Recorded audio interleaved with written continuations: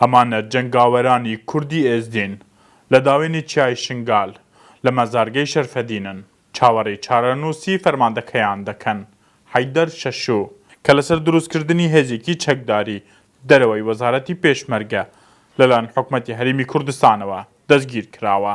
ناوێ وێ هێزێ شەرکردن نەب ناوێ ئێک پارتیاتە شەرکردن. تێپەڕبوونی 4 ڕۆژ بەسەر دەستگیرکردنی شەشوو وای کرد هێزەکەی هەرزوو خۆیان خڕبکەنەوە و ئەگەر بوو کاتیش بێ کەسێکی دیکە لە شوێنی فەرماندەکەیان دابنن وەم جەنگاوەرەش لە ڕێگەی هەڵبژارتنەوە شوێنی شەشووی گرتەوە.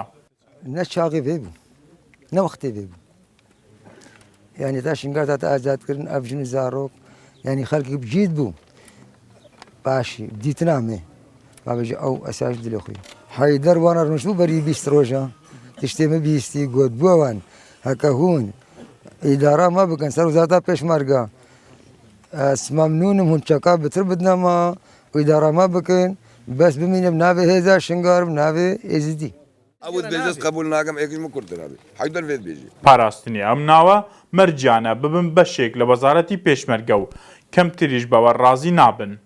حەیدەر شەشوو نەیتوانی مەرجی خۆی بسەپێنێ و هێزەکەش بارینە ئاسایی لە چیای شنگال ڕاگەیاند. حالە تەوارێ وەختێک بۆ حەیدەر هاتیە گرتن نە حەیدەر تەنێ هاتیە گرتن هەموو شەروانێت مەلوێ دەرێ مضایقات ژێرە تێن گرتن خۆرتێمە کوردستانێ تێن گرتن کەمپادە تێن گرتن ئەمێ حسابێ هەموو تشتی بکەن. کوردی ئێزدی هێزێک بە ناوی حەشدی شعبی لە ناوچەکەیان ڕەت دەکەن.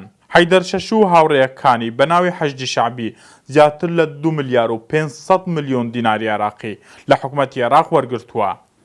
هیچ ئامارێکی فەرمیش لەسەر هێزەکەی نییە چونکە هەندێک دەڵێن 6,000 و هەندێکی دیکەش دەڵێن 3,000 و پارەکەی عێراقیش بەسەر 1200 چەکداردا دابەش کراوە.